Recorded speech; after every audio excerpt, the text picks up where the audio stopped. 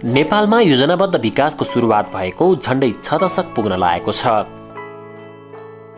यो अवधिसम्म आइपुग्दा यहाँ विकासका थुप्रै मोडलहरूको अभ्यास भएको छ। तर पनि ती अभ्यासले समुदायको सामाजिक र आर्थिक विकासमा तात्विक भिन्नता ल्याउन सकेनन्। पर्याप्त अध्ययन र अनुसन्धान हुन नसक्दा ती मोडलहरू सफल रूपमा कार्यान्वयनमा आउन नसकेको धेरैको ठम्याइ छ।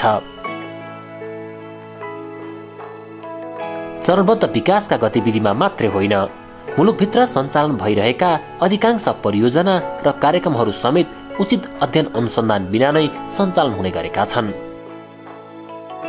जसले गर्दा ती परियोजना र कार्यक्रमहरूबाट सोचे अनुसारको उपलब्धि हासिल गर्न सकिएको छैन। यसरी विभिन्न क्षेत्रमा खड्किरहेको अध्ययन अनुसन्धानको आवश्यकतालाई मध्यनजर गर्दै सन् 1979 मा काठमाडौँमा इन्टिग्रेटेड डेभलपमेन्ट सिस्टम IDS को स्थापना भएको थियो।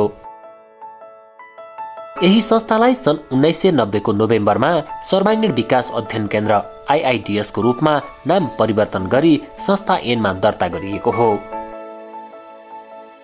मुलुकको आर्थिक र सामाजिक विकासको निम्ति अध्ययन अनुसन्धान गर्नु र विकासका गतिविधिलाई प्रभावकारी बनाउन सघाउनु यसको मुख्य उद्देश्य हो। यो संस्था स्वतन्त्र गैर सरकारी र गैर नाफामूलक विविध क्षेत्रको अनुसन्धानमा आधारित संस्था हो। अब यसको सुरुवातको बेलामा जुन परिकल्पना थियो त्यसलाई संस्थागत गर्नुको लागि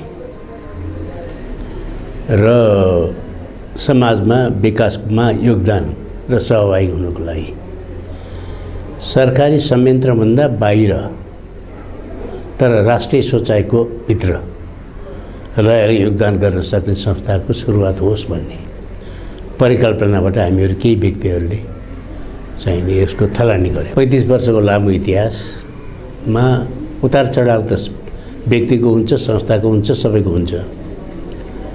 तर यसले जुन प्रकारबाट योगदान गरेर अहिलेसम्म जीवित रहेको मात्र होइन, योगदानको इतिहास बोकेर जुन अवस्थामा आएको छ, अब संस्थापनको बेलामा शरीक भएको व्यक्तिले गर्व गर्ने ठाउँ छ। नेपालको फ्युचर प्रोस्पेक्ट्सहरू, नेपालका विभिन्न सेक्टर्सहरूलाई कसरी अगाडि लैजाने, तिनीहरूका इन्टरलिङ्केजहरू के हुने, नेपालको ग्रोथ अब हामी डबल डिजिट भनेर भनिरहेको त्यसको इम्प्लिकेसन्सहरू के हुन्, नेपाल चाइना र इन्डियाको यत्रो ग्रोथ भइरहेको छ, नेपालको चाहिँ त्यसको इम्प्लिकेसन नेपाललाई के हो, नेपालले कस्तो पोलिसी लिनुपर्छ, अथवा भन्नुहोस् न अर्को in the next 25 years Nepal र हिन्दुस्तानको भारतको चाहिँ इकोनोमिक रिलेसनसिप कस्तो हुने, अहिलेको जस्तै हुने कि टोटली फ्री गरेर जाने कि फ्री ट्रेड गरेर जाने कि कुन रूपमा जाने, त्यसका इम्प्लिकेसन्सहरू के हुन्छन् भन्ने यस्ता इस्युजहरूमा चाहिँ तपाईँको फ्युचर ओरिएन्टेड इस्युजहरूमा पनि छलफल यसले थिङ्क ट्याङ्कले गर्ने त्यो पनि हो।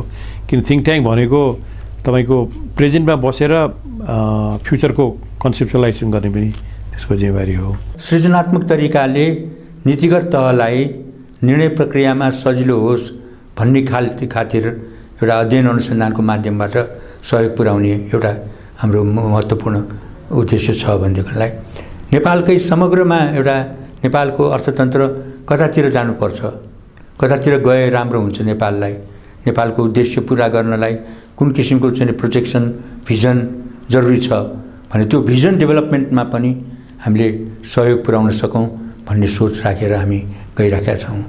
अब यस्तो खालको काम गर्नलाई एउटा इन्डिपेन्डेन्ट संस्था हुनु जरुरी छ। कुनै एउटा आँखाबाट त्यसलाई हेर्ने सट्टा समग्रतामा त्यसलाई हेर्ने आवश्यकता छ। त्यतातिर हामी चाहिँ उद्धृत छौँ। अहिले काठमाडौँको मण्डिका टारमा केन्द्रीय कार्यालय रहेको यो संस्थाले विशेष गरी नीतिगत अनुसन्धान, कार्यमूलक अनुसन्धान र छोटो अवधिको तालिम गरी 3 किसिमबाट आफ्नो कार्यक्रम गर्ने गर्दछ। नीतिगत अनुसन्धानको मुख्य लक्ष्य भनेको राष्ट्रिय चासोका विषयमा अनुसन्धान गर्नु हो, जस अन्तर्गत मुलुकको अर्थनीति, कृषि, ग्रामीण विकास, गरिबी निवारण, स्वच्छ खानेपानी, सामाजिक हित, प्राकृतिक स्रोत लगायतका विभिन्न विषयमा अनुसन्धान गरिन्छ। त्यस्तै कार्यमूलक अनुसन्धानमा समाजका गरिब र पिछडिएका समुदायलाई आत्मनिर्भर बनाउन सहयोग पुर्याउने हिसाबले अध्ययन गरिन्छ। यस अन्तर्गत विशेष गरी महिलालाई लक्षित गरी विभिन्न कार्यक्रमहरू सञ्चालन गरिन्छ। सर्वाङ्गीण विकास अध्ययन केन्द्र IITS-ले छोटो अवधिको तालिम अन्तर्गत विभिन्न सरकारी तथा गैर सरकारी संस्थासँग साझेदारी गरी कार्यक्रम सञ्चालन गर्दै आइरहेको छ। रिसर्चको कुरा गर्दाखेरि हामी हरेक वर्ष नेपाल इकोनोमिक आउटलुक भन्ने एउटा पब्लिकेसन निकाल्छौँ। त्यसमा चाहिँ देशको अर्थतन्त्रको एनालिसिस गरेर अनि देशको आर्थिक वृद्धि दर कति हुन्छ, महँगी दर कति हुन्छ, अनि वैदेशिक व्यापार लगायत अन्य म्याक्रो इकोनोमिक भेरिएबलमा के कस्तो नतिजा आउँछ भने हामी एउटा प्रक्षेपण गर्छौँ। साथसाथै अब देशका अन्य समसामयिक र सान्दर्भिक विषयमा बहस र छलफल सुरु गर्ने हिसाबले हामीले पोहोरदेखि चाहिँ एउटा डिस्टिङ्ग्विस लेक्चर सिरिज सुरु गरेका छौँ। यसबाहेक अब हाम्रो अहिले जम्मा 7-8वटा रिसर्च प्रोजेक्टहरू भइरहेका छन्। यो संस्थाले हाल युनिसेफका लागि baseline and inline study for integrating child social and financial education IFPRI US8 का लागि policy research and strategy support for agricultural development and food security in Nepal लगायतका विभिन्न अध्ययनहरू गरिरहेको छ। यसका साथै यो संस्थाले भर्खरै मात्र द एसिया फाउन्डेसनका लागि देशका 10 जिल्लामा लैङ्गिक तथा सामाजिक समावेशिताका लागि बेसलाइन, मिडलाइन र इनलाइन सर्वे सुरु गर्दैछ। यस अध्ययनबाट सम्बन्धित जिल्लाहरूमा लैङ्गिक तथा सामाजिक असमानताहरूलाई न्यूनीकरण गर्ने नीति तथा कार्यक्रमहरूको तर्जुमा गर्न दिशानिर्देश हुने अपेक्षा गरिएको छ। यस संस्थाद्वारा विगतमा थुप्रै UN agencies, UNDP, UNICEF, UNFPA, UNDAF, UNOPS, UNCTAD, GATT, UNIFEM, UN Women, FAO, WHO, ILO, IFAD, ESCAP, WFP का लागि अध्ययन र अनुसन्धान कार्यक्रम सम्पन्न गरिसकेको छ। त्यसैगरी multilateral bilateral donor agencies USAID, world bank, IFC, IMF, DFID, ADB, JICA, Norwegian embassy, Finnish embassy, Danida, SNB, Helvetas, IDRC, Ford foundation, GDN, SANEI, Winrock, Sida, ICIMOD, IFPRI, GINI, Asia foundation, JBIC आदि थुप्रै संस्थाहरूका लागि अध्ययन र अनुसन्धान कार्यक्रम सम्पन्न गरिसकेको छ। यस संस्थाले हालसालै best practices in contract farming challenges and opportunities in Nepal र best practices in agricultural insurance in South Asia विषयक गोष्ठीहरू international food policy research institute IFPRI र कृषि मन्त्रालयसँग मिलेर सम्पन्न गरेको छ।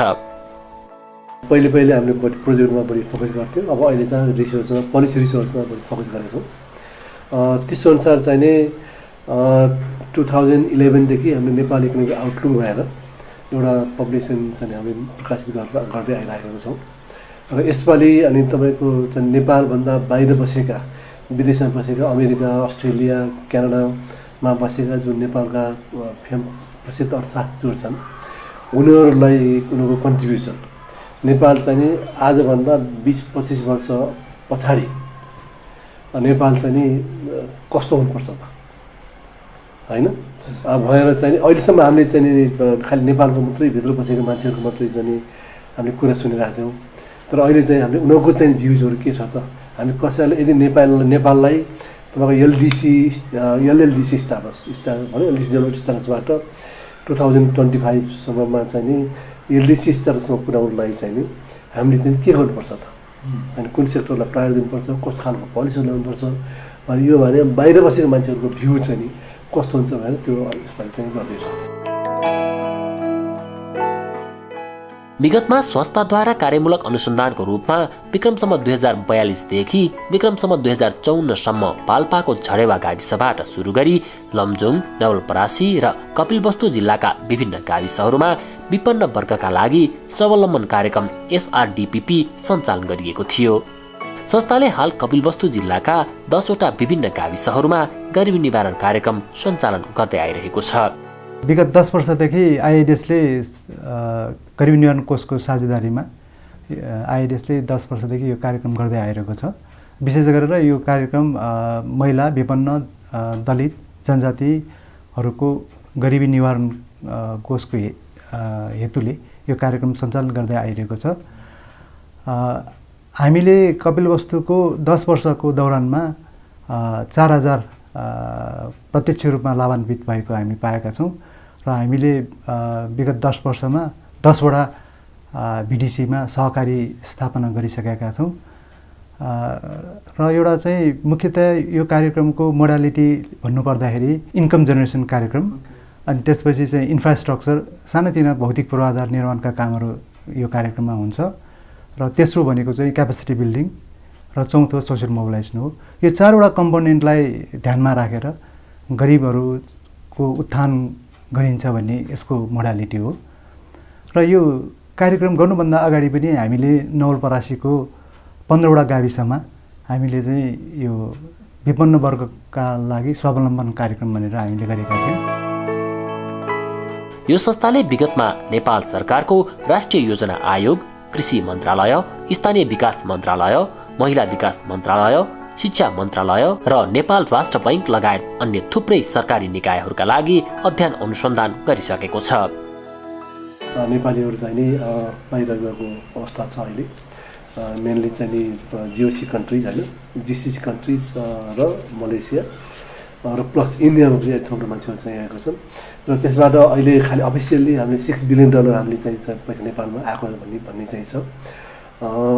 तर के छ भनेदेखि चाहिँ नि अब त्यसको जुन पैसा चाहिँ हामी नेपालमा आएको त्यसको इम्प्याक्ट नेपालको लिभिङ स्ट्यान्डर्ड बढाउनमा अथवा डेभलपमेन्टमा कस्तो इम्प्याक्ट परेको छ भन्दा त्यसले चाहिँ नि गरिबी हटाउनलाई चाहिँ कुनै मद्दत गरेको चाहिँ छैन, कन्जम्सन प्याटर्न चेन्ज गर्नलाई, कन्जम्सन हेबिट्स गर्नलाई चाहिँ केही चेन्ज गरेको छैन, स्कुल होइन केटाकेटीको स्कुल जाने हेबिटलाई केही परिवर्तन गरेको छैन होइन, मान्छेको लङ्गेभिटीमा केही चेन्ज ल्याएको छैन। यो सब हेर्नको लागि हामीले मेजर स्टडी गरेको 31 जिल्ला। र अर्को रिसेन्टली हामीले एउटा चाहिँ स्टडी नै मल्टिडाइमेन्सनल पोभर्टी सम्बन्धी एउटा स्टडी गऱ्यौँ।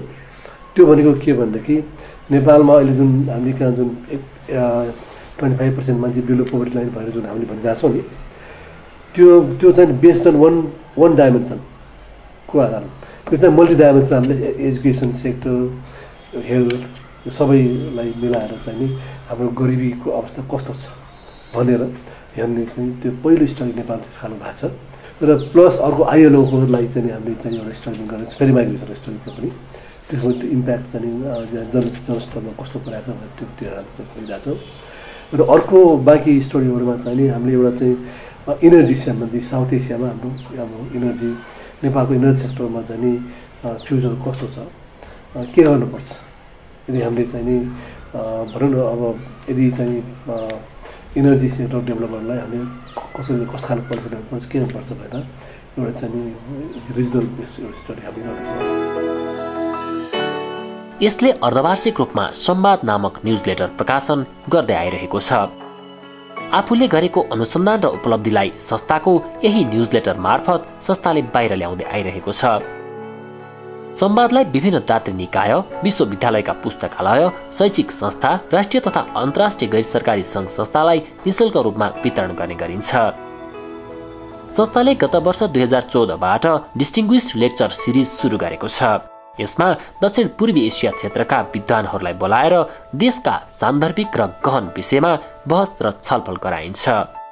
गत वर्ष फिस्कल फेडरलिजम इन नेपाल विषयमा भारतका विद्वान प्रोफेसर डाक्टर गोविन्द रावले प्रस्तुति दिनुभएको थियो। यस वर्ष नोभेम्बर 2015मा चीनका प्रोफेसर डाक्टर जिआओबो झाङले चीनको आर्थिक वृद्धि, नेपालको गरिबी निवारण र आर्थिक विकासका लागि पाठ विषयमा प्रस्तुति दिनुभएको थियो।